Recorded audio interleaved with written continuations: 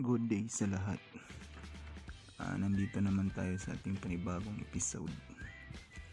So, i-break in natin yung bagong Honda Beat Premium.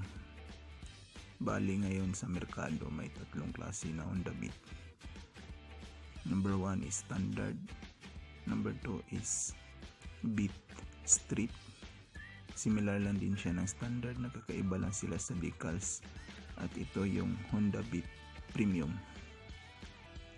Yung Honda Beat Premium ay may CBS or Combi Brake System at saka ISS or Idling Stop System. So bago pa yung beat na ito, so kailangan nating i-brake in. Ang kagandahan lang na motorsiklo na ito ay tipid sa gasolina.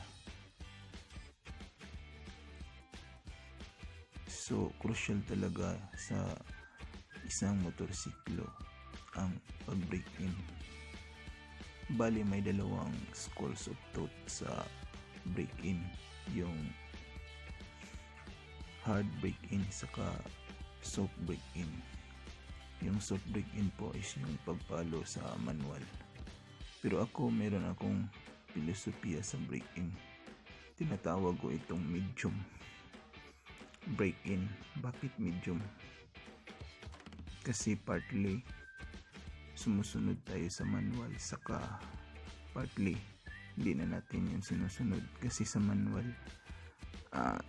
nakalagay doon na huwag kang mag-accelerate or mag-throttle ng more than 3/4 sa full throttle. So bali ngayon ito yung ginawa natin, nag-off-road tayo. Noon yung motorsiklo ko, nag-try ako ng soft brake in, pero yung kinahinatnan ng pag-brake in ng motorsiklo na yun is para sa akin okay siya in terms of gas mileage, pero in terms of performance parang hindi. Then meron din akong isang motorsiklo na tinay ko na hard brake in. Ang problema niya is yung gas mileage, kasi parang masyadong malaki yung konsumo niya sa gas. Kaya tinatry ko yung medium na brake in. So ito yung ginagawa natin, dinadala natin sa off-road. Pero hindi naman natin pino-full throttle at hindi naman more than 3/4. Kaya lang obligado yung motor nito na gumamit ng power, kasi yung daan is rough road saka uphill. So nandito tayo ngayon sa Aruhas, Zamboanga del Norte. Binaybay natin yung daan dito. Hindi ko alam kung saan to katutungo, pero alam naman natin mahilig tayo sa adventure. So ganda pala dito. Kahit pala nasa bukid na, okay na pala yung mga daan. May semento na, o kahit hindi man semento, rough road. Hindi naman masyadong malaki yung mga bato. So tuloy tayo sa pag-brake in ng motor natin.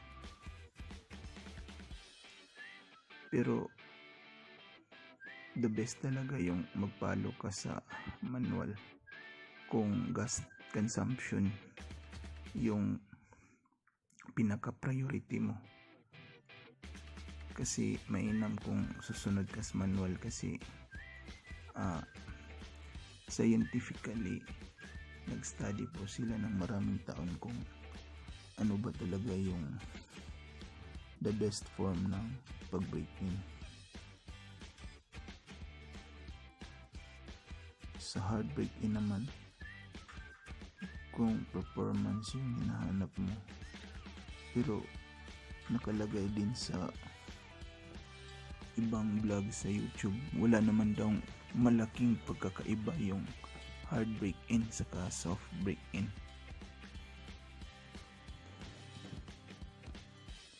Kaya nga nag-eksperimento na lang tayo sa pag-break-in. May hams para dito, may aso, dalawa. Okay, saan kaya ito patungo? Magtanong muna tayo. Saan ba patungo yung daan na to? Okay.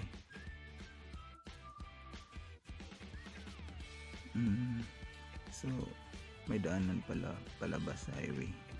So dito raw. Okay. So adventure lang tayo. Pag ganitong pave yung daan or cemented, ginagawa ko, hindi ako lalagpas sa 3/4 ng full throttle. Ito yung mga karaniwang hanap buhay ng mga tao dito pag niniyog, kasi agricultural po yung taon na ito. Pero unti-unti na pong maraming industriya dito kasi ginawa na tong industrial zone. Sana patuloy yung pag-unlad ng bayan na ito.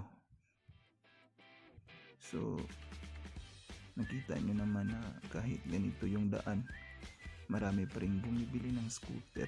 Depende naman kasi yan sa driver. Pag pilitin mo talaga yung motor na kahit anong daan, pwede naman. Kaya lang yun nga yung maintenance, kasi pag pangit yung daan, madali yung sira yung motor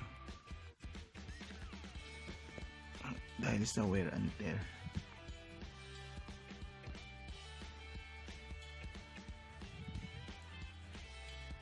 So dito tayo sa ilalim ng mga niyog na dumadaan tayo, mayroong kalsada, rough road. So salamat po sa panonood. Sana hindi kayo magsawa na manonood at sumuporta.